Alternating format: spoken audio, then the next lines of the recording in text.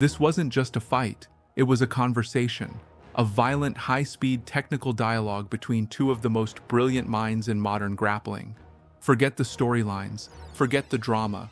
We're here for those moments in the Kade Ruotolo versus Tackett match that grappling nerds are still replaying. Because what happened in that ring wasn't just exciting, it was a look into the future of Jiu-Jitsu. Section 1. The Stand-Up War. A battle of clinches. This match didn't start with cautious hand-fighting. It exploded straight into the clinch, a brutal battle for inches of control. A lot of the action on the feet came down to one key conflict: Tackett's aggressive hunt for the underhook versus Kade Ruotolo's masterful use of the overhook, or whizzer. Tackett's game plan was obvious. He wanted that underhook to lock his hands for a body lock and either drive Kade to the mat or climb to his back. That's his whole game, a suffocating forward pressure wrestling style. But Kade had an answer for every single attempt: the whizzer. By clamping down hard on Tackett's underhooking arm, Kade could shut down the immediate threat. But he didn't just defend, he attacked. This is where we saw one of the most beautiful themes of the fight: Kade's uchimata, the classic inner thigh throw. As Tackett drove forward, Kade would perfectly time the pressure, pivot, and use Tackett's own momentum to launch him. He hit it multiple times, turning Tackett's best weapon into a huge liability. It was a brilliant display of counter-wrestling that basically said, "Your strength is my opportunity." But Tackett is way too smart to be shut down by one move. He started to adapt. Instead of just trying to power through the whizzer, he began using a throw-by technique. He'd use his free hand to post on Kade's head, creating a split second of space.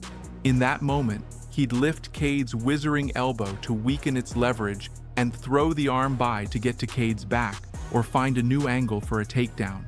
This constant back and forth created a high-speed argument about leverage and control, fought entirely in the clinch, with neither man giving an inch.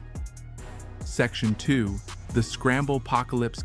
If the stand-up was a chess match, the scrambles were pure, beautiful chaos, but a chaos with a purpose. This match was defined by its insane pace and the fact that neither guy would ever accept a bad position. Every takedown, every guard pass, was met with an immediate, explosive counter, leading to sequences that looked less like jiu-jitsu and more like a blender of limbs. What makes these scrambles so incredible is the genius underneath it all. This isn't just spazzy movement, it's a series of lightning-fast decisions. We saw this perfectly when Tackett got in on a single leg. For most people, that's a defensive moment. For Kade, it was an invitation to attack. He instantly countered with a kani basami, or scissor takedown, that went right into a leg entanglement. He wasn't just escaping, he was changing the whole game, turning a takedown against him into a dangerous leg lock shootout. Both guys showed off incredible guard retention and inversion skills. They used their legs as frames, hooks, and levers to constantly make space and deny position. Whenever one person seemed to be getting ahead, the other would invert, roll through, or pummel their way back to neutral. It was a perfect showcase of modern no-gi jiu-jitsu, where the lines between offense and defense are totally blurred. In this match, standing still was death. Movement was life. While Tackett's pressure was a huge part of the match, Kade Ruotolo's submission threats came from absolutely everywhere. He's a true submission hunter who believes the best defense is a non-stop offense. We already talked about his kani basami into a leg lock, but his attacks didn't stop there. He was constantly giving Tackett problems to solve. In one amazing moment in the clinch, Kade locked on a standing shoulder crank, a mirror lock style submission. Now, a hold like that probably won't finish a guy at this level, but it does something critical.